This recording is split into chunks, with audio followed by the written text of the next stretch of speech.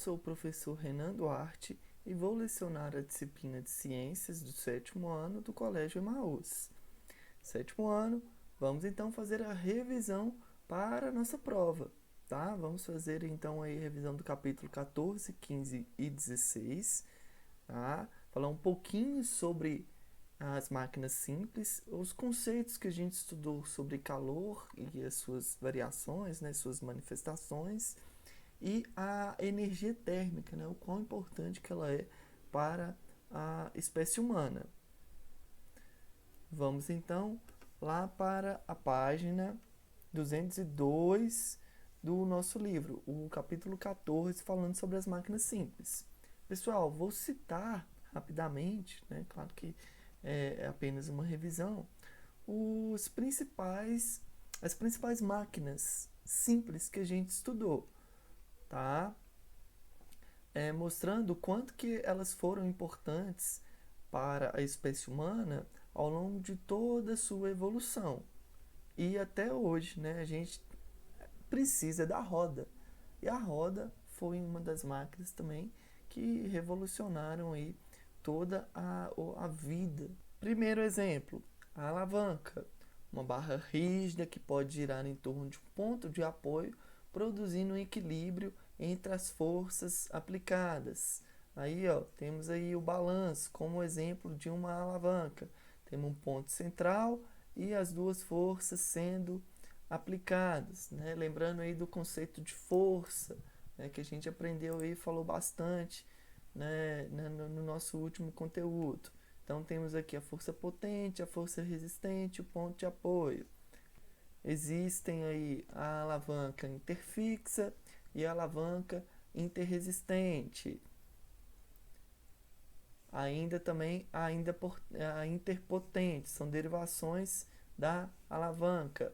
Aí, alavancas presentes também no nosso corpo. Na videoaula, falando sobre as máquinas, né?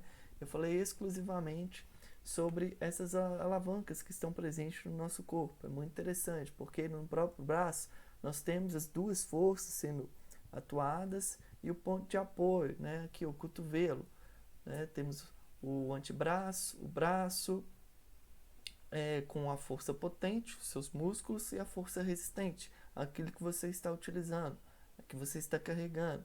Um exemplo aí de uma alavanca.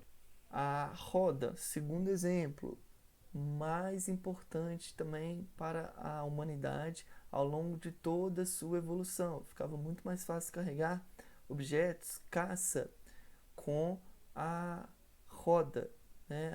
Acoplou a roda a um objeto, fica muito mais fácil de movimentá-lo. As suas variações, a rodana é uma delas, a roda dentada, ou que é chamada também de engrenagem, amplamente utilizado aí em vários objetos. O plano inclinado, mais simples de entender, né? Ele é possível haver o deslocamento de um objeto com menos energia, com menos gasto energético, né? Então, carregar um barril é muito mais fácil colocar um plano inclinado e levá-lo ao ponto da superfície, né? Facilitando o trabalho. Muito importante lembrar aí do plano inclinado na questão da acessibilidade para os cadeirantes. Próximo exemplo de máquina simples que a gente falou também, a cunha, muito importante aí também para a produção, a confecção aí de vários objetos em madeira. O parafuso, mais um exemplo muito importante que a gente falou também. Pessoal, então é só um resuminho breve, tá bom? Eu vou dar sequência porque ainda a gente tem o próximo capítulo para relembrar. E é um capítulo extenso com vários conceitos que a gente já falou, tá bom? Então, a primeira coisa que a gente tem que lembrar é da diferença de calor e temperatura. Calor, como eu já falei para vocês, a gente teve um encontro online, o calor vai ser sempre a transferência de um corpo para o outro, transferência de calor, vai estar sempre em trânsito. Já a temperatura, a gente pode lembrar que aqui ó, é uma grandeza física, tá? Só que aqui a gente tem mais que lembrar que a temperatura é medida de acordo com a agitação, com o estado de agitação das partículas que constituem um corpo. Melhor exemplo disso, pessoal, falei para vocês na videoaula que estava falando sobre calor e temperatura. Esta imagem eu tenho aqui uma água fervendo, aqui a chama acesa e a temperatura elevada. Como que eu sei que a temperatura está elevada? Pelo grau de movimentação das partículas. É uma água, né? Então, cheio de H2O lá presente lá e se movimentando pelo grau de agitação, tá? Elas se agitam, indica que a temperatura está alta. Agora, a diminuição, isso mostra uma queda no valor de temperatura, tá bom? Calor não tem nada a ver com temperatura. Tanto que a temperatura a gente consegue até medir, né, o grau, tá? A escala. Agora, o calor não, é sempre transferência de um corpo passando para o outro. É a transferência de calor. Um ótimo exemplo para explicar a transferência de calor. Geralmente em impactos, praticando esporte, corrida, né? Impacto de alguma parte do seu corpo, recomenda-se colocar água gelada. E existem essas bolsas térmicas. A bolsa térmica você pode utilizar para colocar água quente ou água fria, não é mesmo? Só que no caso que a gente está citando, né, de algum impacto, a pessoa foi jogar bola e machucou o braço ou a canela, utilize-se essas bolsas térmicas, no caso de uma bolsa térmica com a água com a temperatura extremamente baixa. Isso auxilia a vasodilatação, ao sangue fluir mais naquele lugar que foi danoso. Mas, Renan, e a transferência de calor?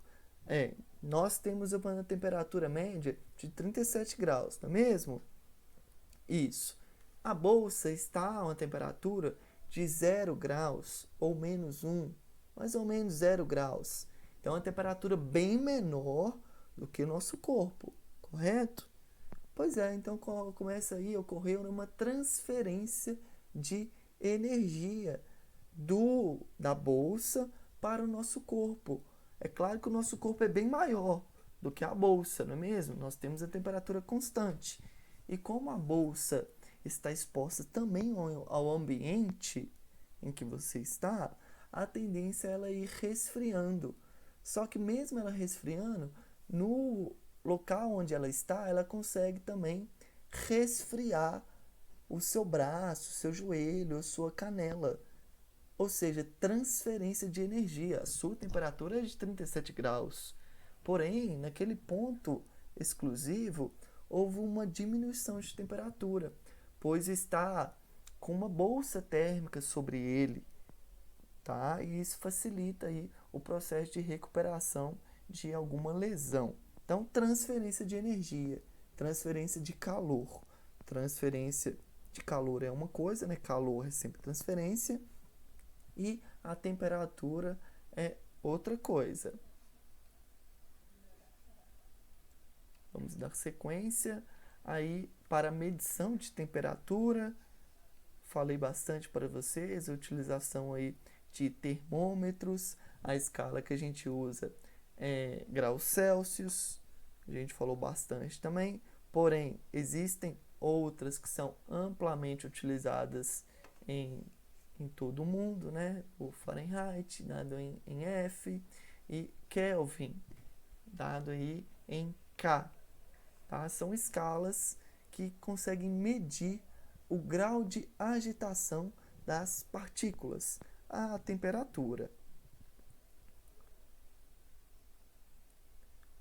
Aí, para fazer a medição de quantidade de calor, tá? Existe um procedimento um aparelho chamado de calorímetro, que ele consegue medir essa transferência. O quanto que aquela bolsa térmica conseguiu transferir para o nosso corpo. E o quanto também que o nosso corpo consegue transferir para a bolsa. A tendência é o nosso corpo transferir para a bolsa também a longo prazo, porque nosso corpo não tem uma temperatura média de 37 graus. Então a bolsa depois vai estar recebendo aí energia do nosso corpo e energia também do ambiente em que ela está.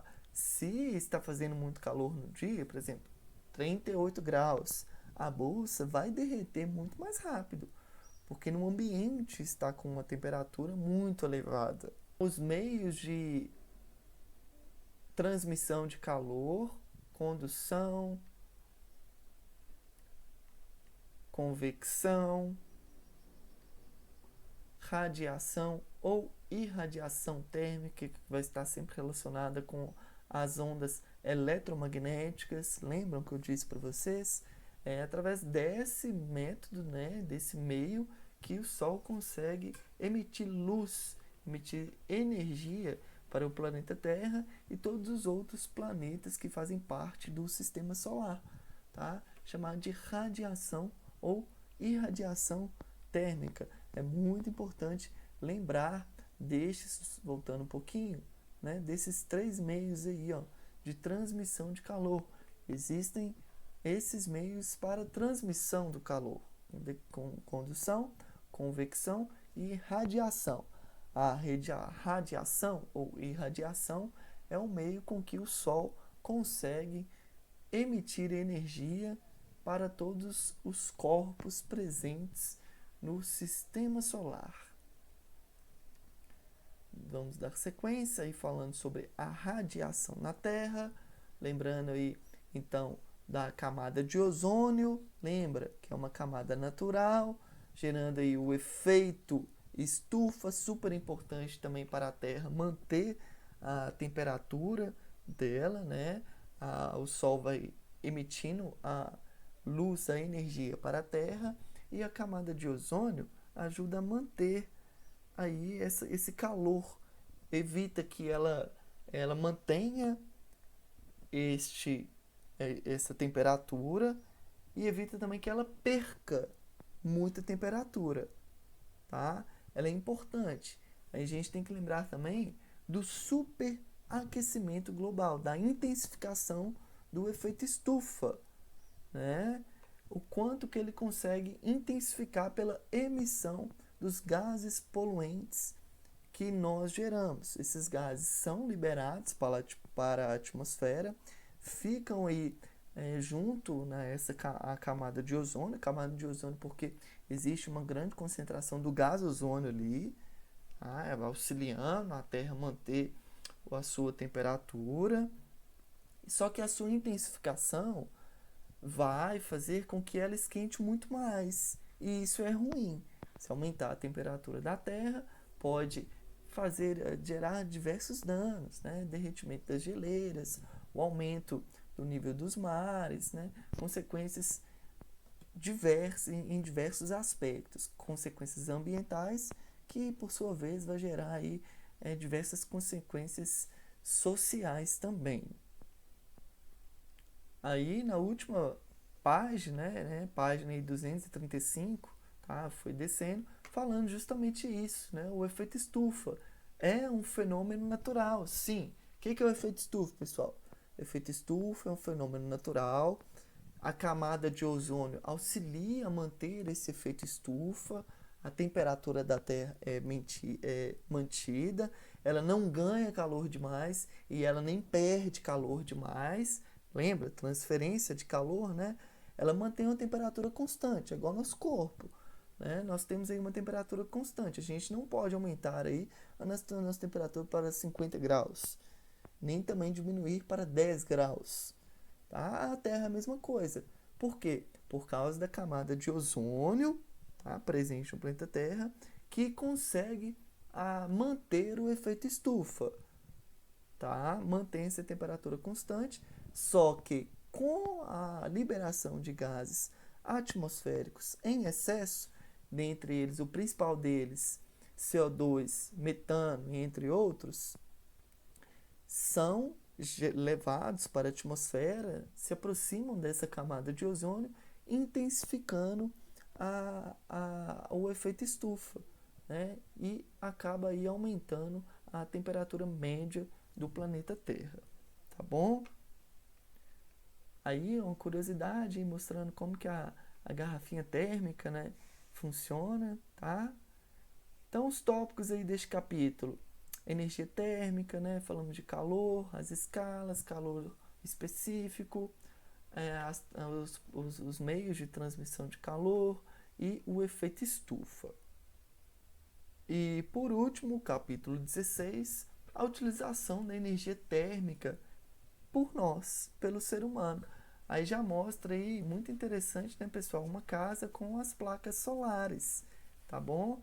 Que meio, qual é o meio com que o Sol consegue emitir essa energia para a Terra? Lembram? Radiação?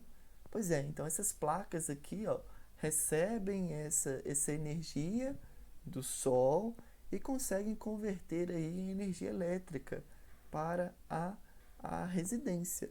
Essa é uma das utilizações aí da energia térmica pelo ser humano, né? Olha só que legal. Uma energia emitida pelo Sol, o ser humano criou uma tecnologia, uma placa que consegue converter essa energia vinda pelas ondas eletromagnéticas e tudo mais, e a produção, essa placa, ela converte essa radiação, energia proveniente do Sol, em energia elétrica. É um dos meios aí que o ser humano utiliza para o nosso benefício, né? para facilitar o nosso cotidiano. É importante dizer também que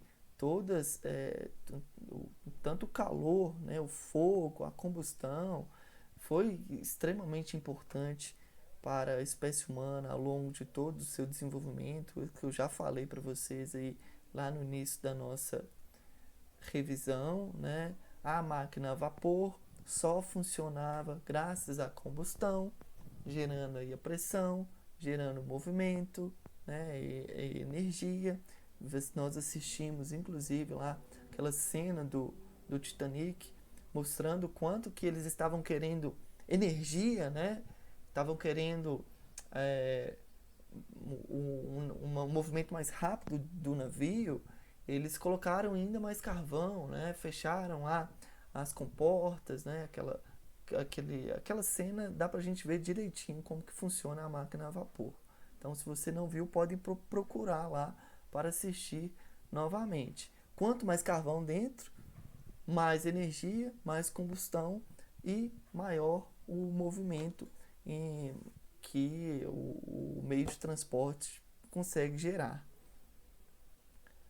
Aí mostrando como que funciona, né, a máquina a vapor, utilizado aí nos trens, navios. Falamos também sobre as revoluções industriais, né, todo o processo histórico. Foi uma mudança única, pessoal. Tanto que as pessoas demoravam dias para viajarem. O Titanic, o filme, é a prova disso. E aquilo é de fato real. Pessoas demoravam cerca de um mês, talvez 2 meses, para viajar da Europa até a América. E chega um navio com uma tecnologia, né? Ele consegue se movimentar através da queima de carvão de uma máquina a vapor e consegue chegar muito mais rápido. Então, através daí surge essa revolução industrial que é dividida aí entre primeira e segunda, né? É uma época traçada aí por várias mudanças sociais também, na questão do emprego, do direito ao trabalhador, tá? Que vocês vão estudar em um outro momento, principalmente na história. Não cabe aqui nas ciências entrar muito nesse aspecto. A terceira revolução marcada pela robótica, né? Hoje em dia, né, os robôs quase que fazem todas as funções de um funcionário em uma empresa, tá? Então, marcado aí pela internet, pela facilidade de comunicação, pela robótica. Chamamos de terceira revolução industrial. Pessoal, finalizamos então a nossa revisão. Falamos aí dos 3 capítulos, páginas 202 a 254. As videoaulas para essa última prova está entre a numeração 58 e 78. Então voltem se for preciso, tá? Assistam a videoaula novamente com muito mais detalhe, tá bom? Já desejando então aí uma boa prova, tá? Bons estudos. Estamos iniciando aí, vou aproveitar para desejar já um feliz ano novo, 2021 a gente está finalizando ainda, né, o nosso conteúdo, desejando um feliz ano novo, excelente 2021 a todos vocês, bons estudos, uma boa prova, um grande abraço e lembre-se sempre, juntos no caminho certo.